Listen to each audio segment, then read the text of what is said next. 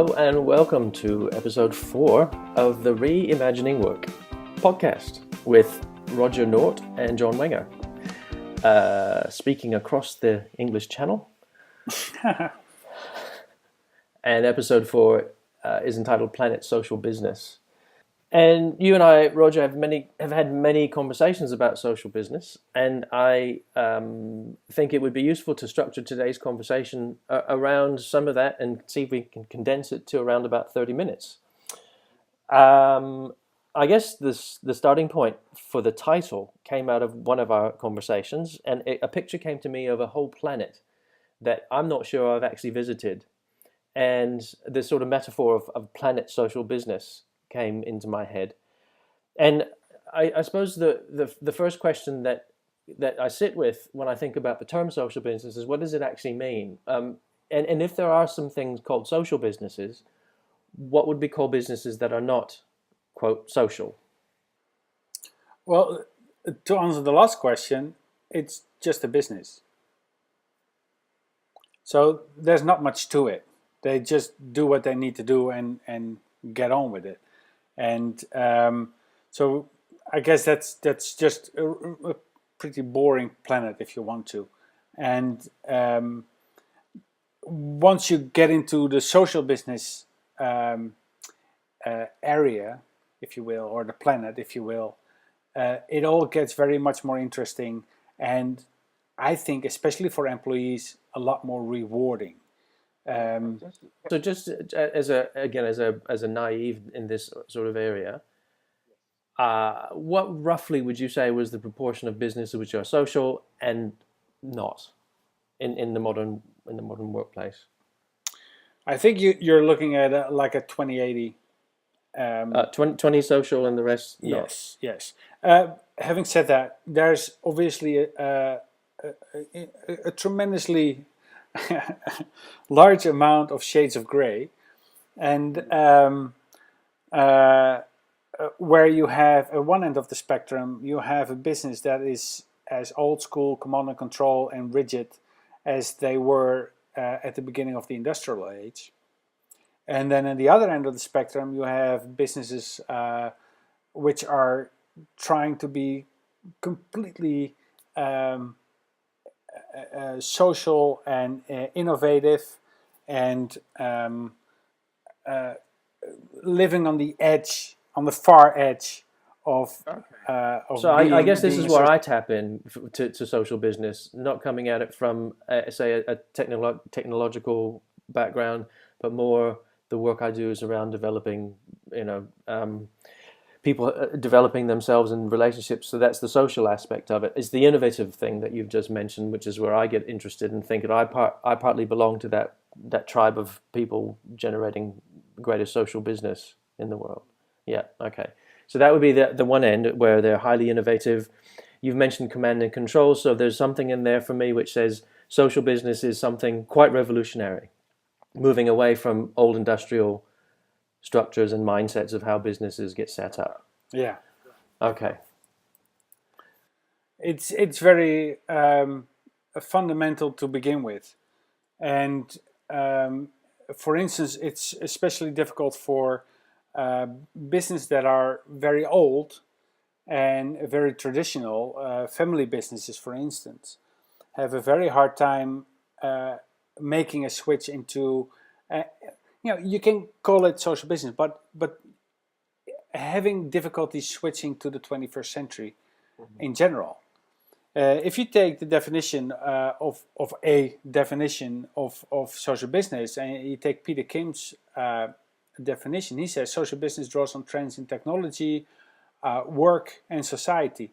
And that means that you're very much in tune with the now, with the world that we live in now, with this planet, and not with the planet that is already 100 years old in some cases. At least, yeah. Yes, and this goes actually for some companies too, right? They've been around for that long, and it's very difficult for them to stay in touch and to keep going at that pace and that level. And things change faster and faster and faster. I mean, you have that. I don't know the technical terms of that, but we're working. Everything develops quicker every time. The same with data storage or the price of memory for a computer, or 20 gigabytes of storage 10 years ago would have been unimaginably expensive. So you're saying those three trends that you identified that Peter Kim talks about: technology, work, and society. The changes in those three domains are accelerating. So it's about how it was social businesses around being relevant in the context of those three trends shifting so dramatically. Yeah, technology obviously is accelerating quicker than the other two. That's just the nature of the beast. I mean, there's a certain drive to develop technology, and once you reach that point, you can reach that point, you can reach that point. Society moves a little bit slower, and work is somewhere caught in the middle.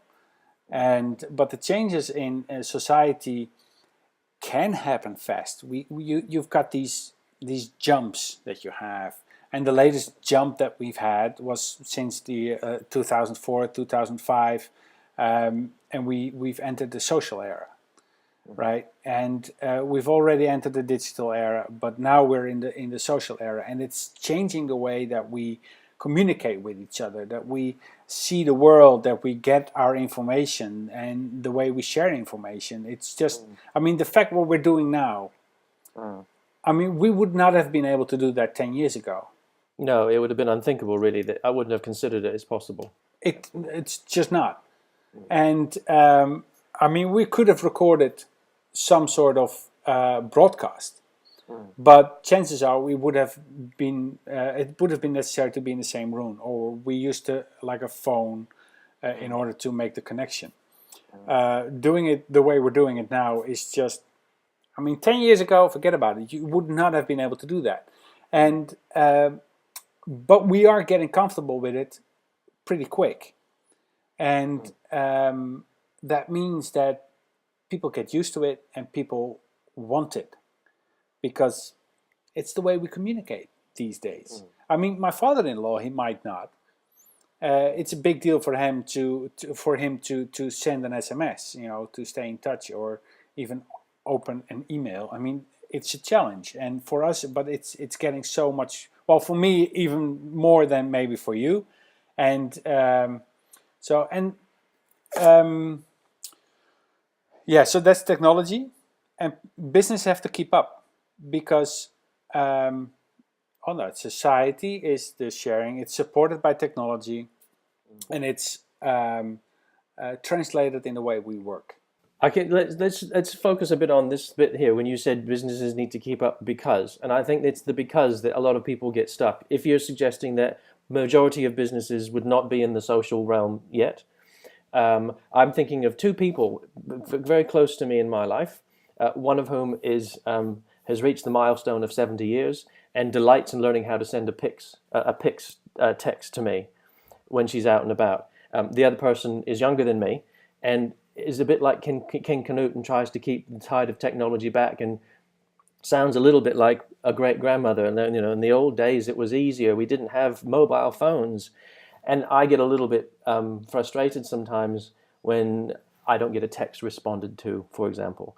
But the because is really important because there is a mindset shift that needs to occur. So there's a business that's been operating just fine, thank you very much, for 50 years. Suddenly these trends come along. Yes. They manage to install computers and people use computers and they send emails and that's really quick and efficient and isn't this fun?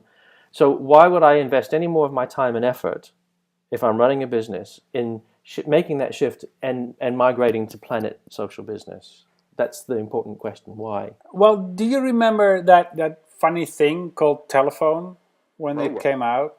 There was a time where executives said, well, I'm going to have a phone, my secretary is going to have a phone, but everybody else in the office, they're not going to need a phone.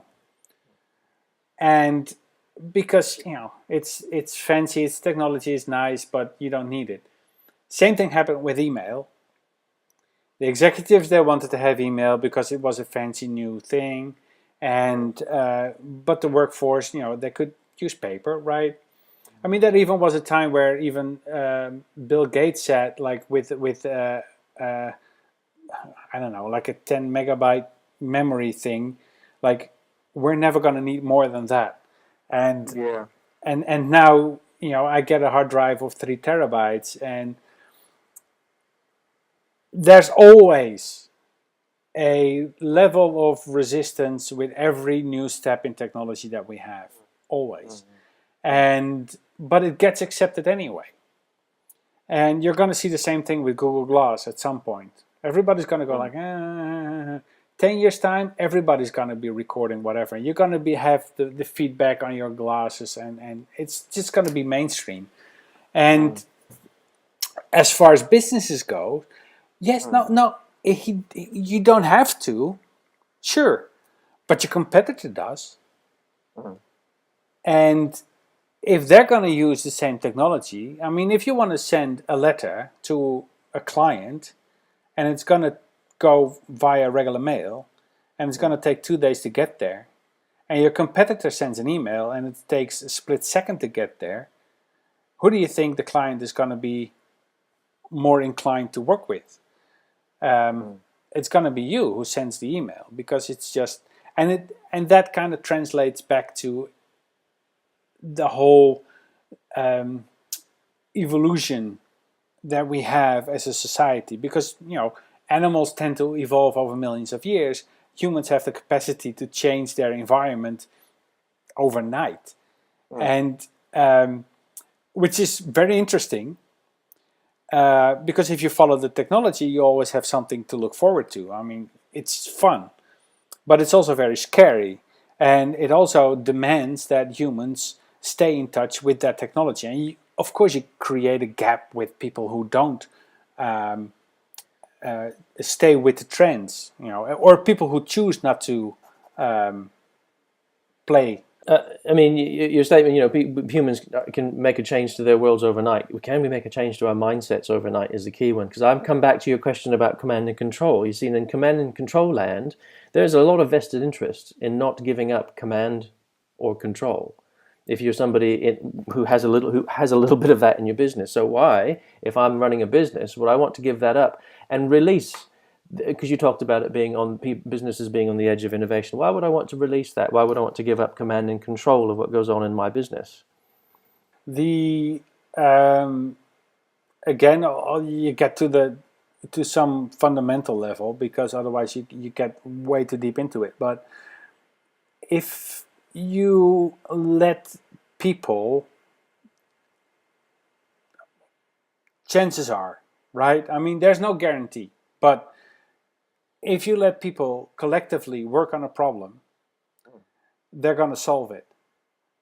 But you have to, trust them and give them that trust that they can actually do that. And B, you have to let them be able to fail, or come up with some. B is, you might not know the answer.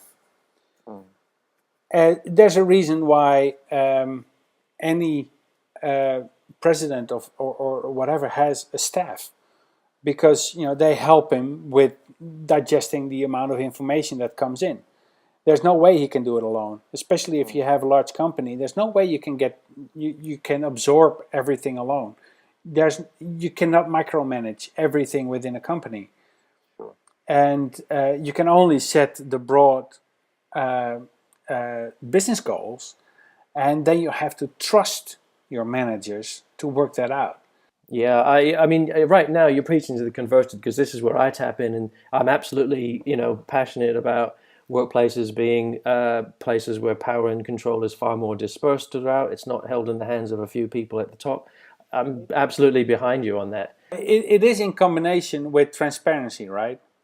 Because the command and control now is, it still goes down, and you still have to trust your manager in order to do what is necessary.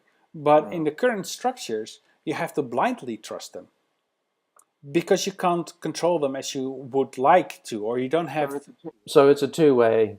So the social in social business is a two-way thing. There's an openness and transparency in there.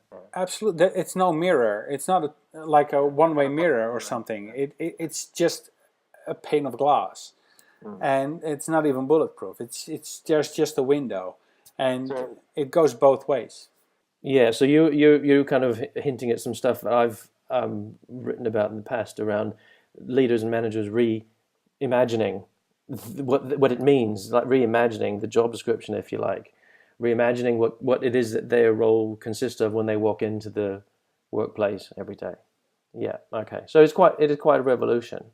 And again, that's the why. You've suggested, well, your competitors will be doing this. So there'll be things that you get left behind on if you don't keep up, and start yourself packing your bags to head towards Planet Social Business. I'm interested to talk a little bit about information and communication, because the revolution, certainly from a technical side, which even I am aware of, it technically has changed the way I communicate, witness what we're doing now. Information is another one that I'm interested to hear a bit more from you about. Like, how is information treated differently? Because one bit of me is that CEO or the manager who's going, yeah, but if we open up this stuff, it's just floodgates of information, and actually we're doing fine, thank you very much. Do we really need more information? We've got all we need. Well, you don't need to create more information. You just need to be able to control the information, or have it controlled. You don't, as a manager, you don't have to control every piece of information, but have the system control the information. And so it's more like proper management of the information.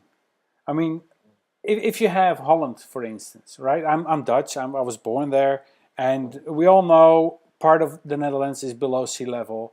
And if there's one thing that's extremely important in the Netherlands, it's water management, right?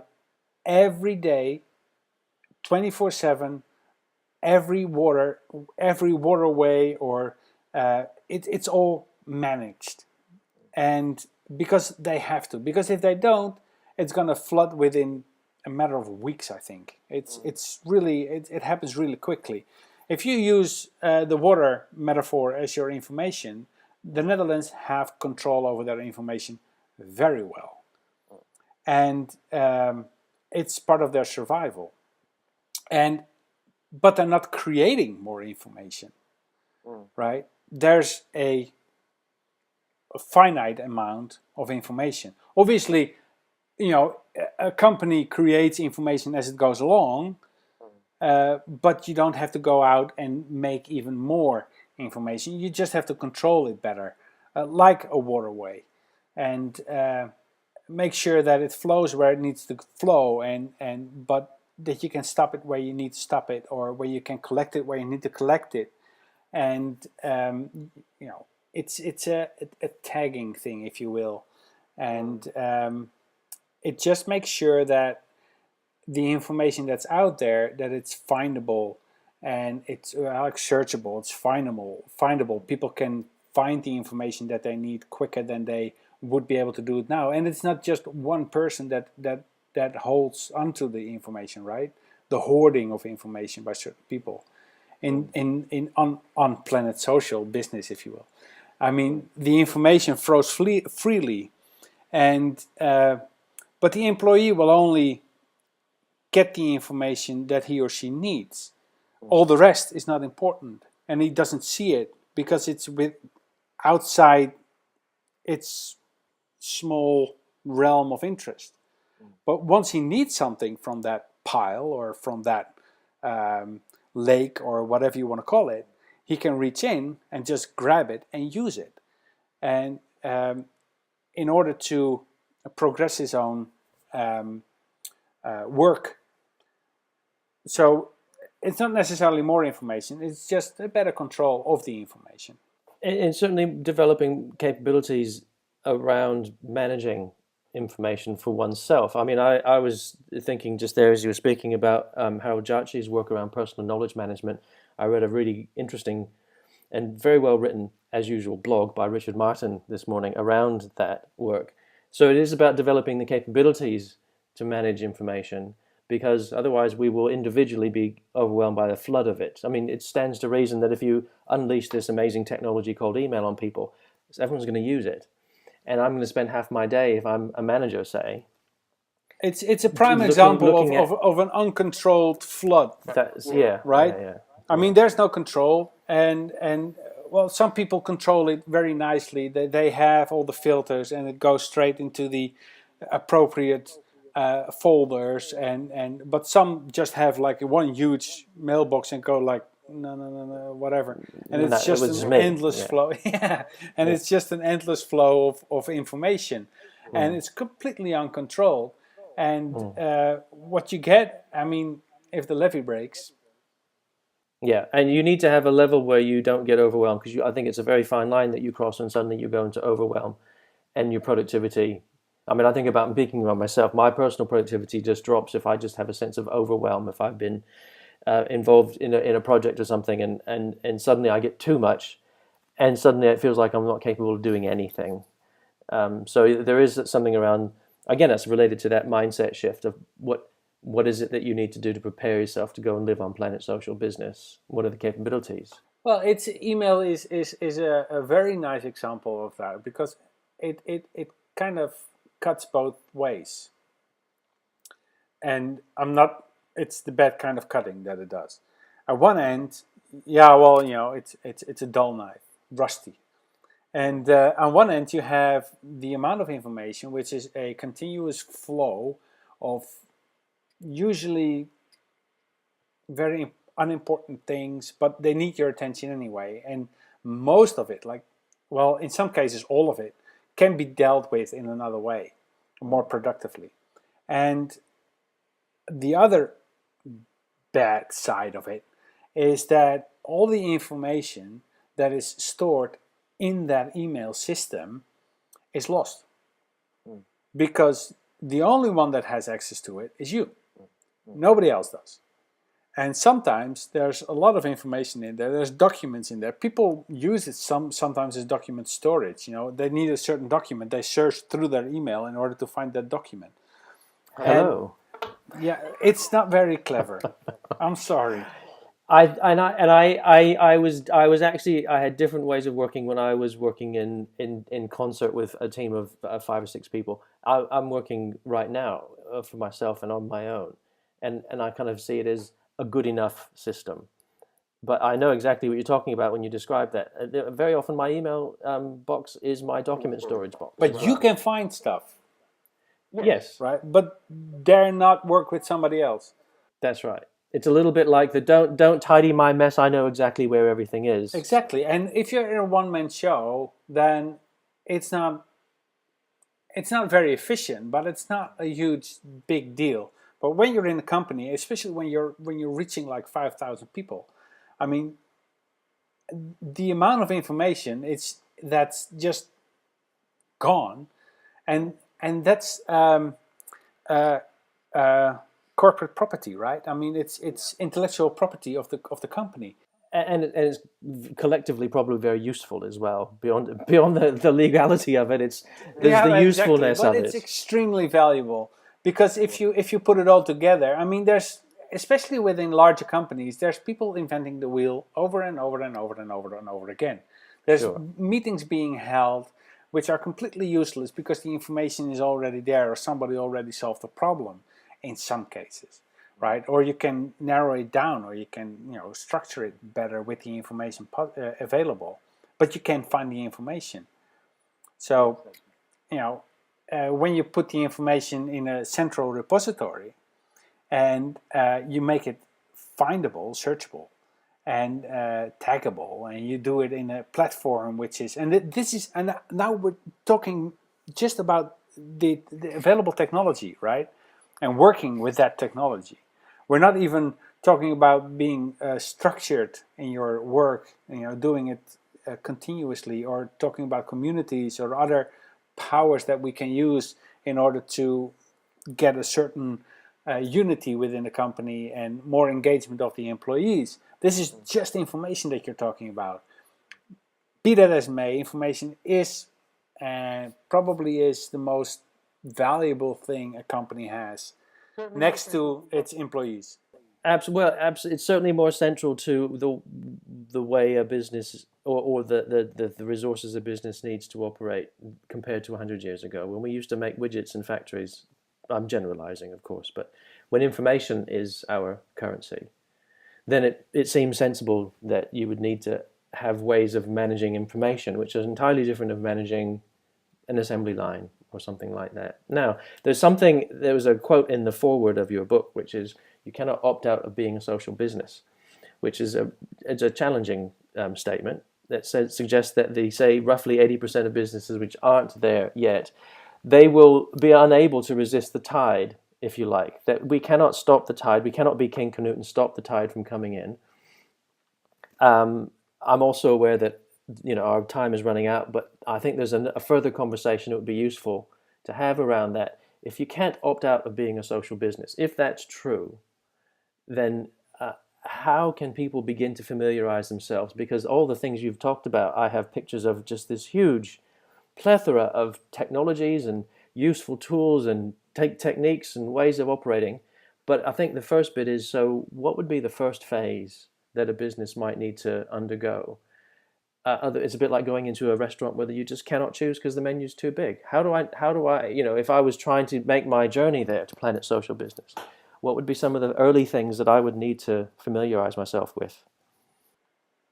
Is that a question now, or we're going to save that one for Yeah, later? it's rhetorical and it's a question now. I'm not going to ask you to give the whole answer, but just, I guess, as a warm up to the next conversation, I think we need. The first thing that you're not able to opt out Yeah, is, I believe that's true, and with me there's others. Um, um, it's because society evolves. It's because technology evolves. It's because the way we work evolves. If you, as a company, do not evolve, you die. There's, I don't know the exact figures, but for instance, Kodak, for instance, it did not evolve. It died. There used to be cars that ran on steam cars. Took about half an hour to start one up. Once they run perfectly. And when the petrol engine came along, the guy who made the steam cars, he was like, meh, don't want it. Don't think, no, that won't, that's, it'll never take off. no, Yeah. no, it stings and it'll never take off. Well, he died, obviously. And you cannot opt out. I mean, we evolve, we continue, we grow. Sure. There's a new generation coming, and they're coming to work, and they go like, where's your social structure? Where's your knowledge base? How do I find information? Excuse me, you want me to walk across a floor asking people at random in order to find a certain document or something? Are you kidding me? Right? And so yeah, no, that's why you cannot opt out, because everything will come by, the tidal wave, if you will. It'll run you over at some point. And that's an inevitability. I mean, that's been proven already. And where do you start? Start by taking a breath. And then you become aware of what's out there. And then you grow from there. You start with awareness and take it from there. Yeah, I mean, as you speak, I'm beginning to answer a little bit the question that I posed you. I mean, I'm a student and practitioner of systems, and I'm fascinated by human systems. And one of the things that I remember being drummed into me when I was training in the methodology I use was, you're working systemically. Start somewhere. Start somewhere, though, because you're not working linearly. It doesn't matter, but you start somewhere. And in many cases, the where you start will get you some momentum. And once you're in momentum, and you're in motion, then you can change direction if you need to. So, I mean, I suppose answering that question to myself, as you said that, like, take a breath, gain some awareness and of yourself, and start somewhere. I guess where is the first thing that warms up in you? What's the first picture that comes to you? And start there. But start, certainly. Well, we do need to wind up this conversation, but I think there's lots for the next conversation around social business, I think. And I guess it's the question that I'm sitting with and I'd like to pose to you is, are there phases that businesses go through? Are there any typical phases that businesses go through in order to become social? What are those transition phases? And maybe if there were some examples of stories or case studies that you are familiar with, it would be useful to get some of that so we get a picture of what it might look like, a business on its road, or maybe a business that got from non-social to social, if you like, would be useful, and some of the capabilities that people have had to learn on the way. So that's a flag for the next phase of this conversation of Planet Social Business. And I look forward to that conversation very much. But for this week, we need to wrap up. But it's not the next And episode, right? not the next episode. No, that will be the next phase of this conversation. Right, okay, exactly. Because we have as the next episode, it's entitled Beyond Empathy. And I will be speaking a little bit about role reversal in the workplace. But for this podcast, we'll say cheerio. So it's goodbye from me. Yes, and me. And we'll be in touch soon. Thank you for listening.